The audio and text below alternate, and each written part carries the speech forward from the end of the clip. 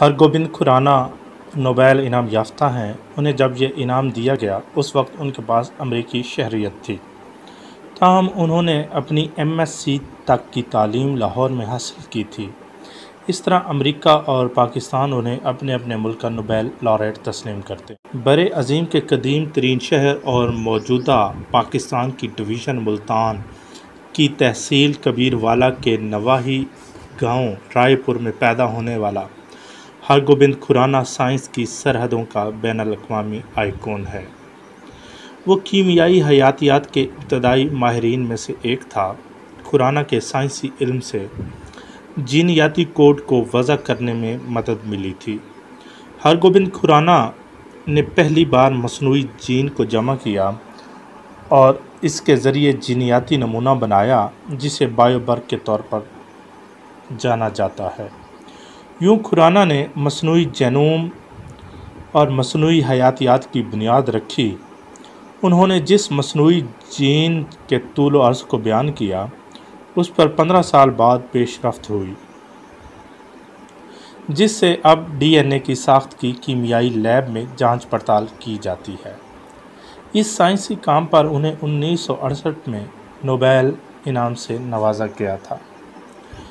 کھرانا نے 1971 میں امریکہ کی نامور یونیورسٹی MIT میں تعینات ہونے کے بعد 2007 تک ریٹائرمنٹ تک اپنا سائنسی کام جاری رکھا۔ کئی نسلوں سے سائنسدان گوبند کھرانا کے کام کی دانشورانہ حیثیت کو تسلیم کیے ہوئے ہیں۔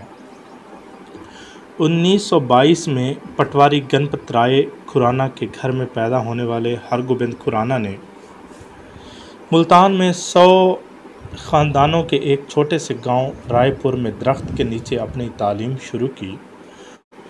انہوں نے دیوانند آریہ سماج ہائی اسکول ملتان، موجودہ مسلم ہائی اسکول ملتان میں پرائمری تک کی تعلیم حاصل کی۔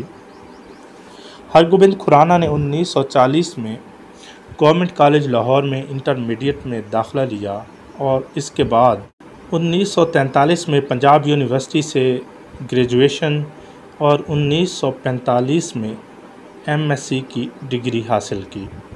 1945 میں یونیورسٹی کی سلیکشن کمیٹی نے انہیں ریئر فیلوشپ سے نوازا، جس کے تحت وہ برطانیہ کی لیورپول یونیورسٹی میں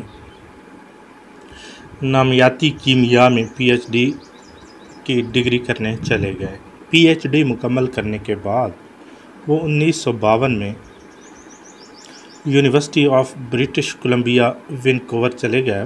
اس کے بعد وہ یونیورسٹی آف وسکونسن انسٹی ٹیوٹ آف انزائم ریسرچ میں ڈائریکٹر کے عہدے پر تعینات ہوئے۔ 1966 میں انہیں امریکی شہریت دی گئی اور انہوں نے اپنی ساری زندگی امریکہ میں ہی گزار دی۔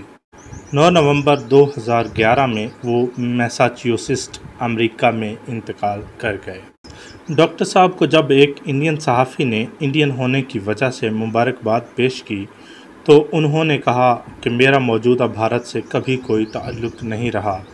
میں پاکستانی علاقے میں پیدا ہوا تھا اور اس کے باہر ساری عمر بیرون ملک مقیم رہا۔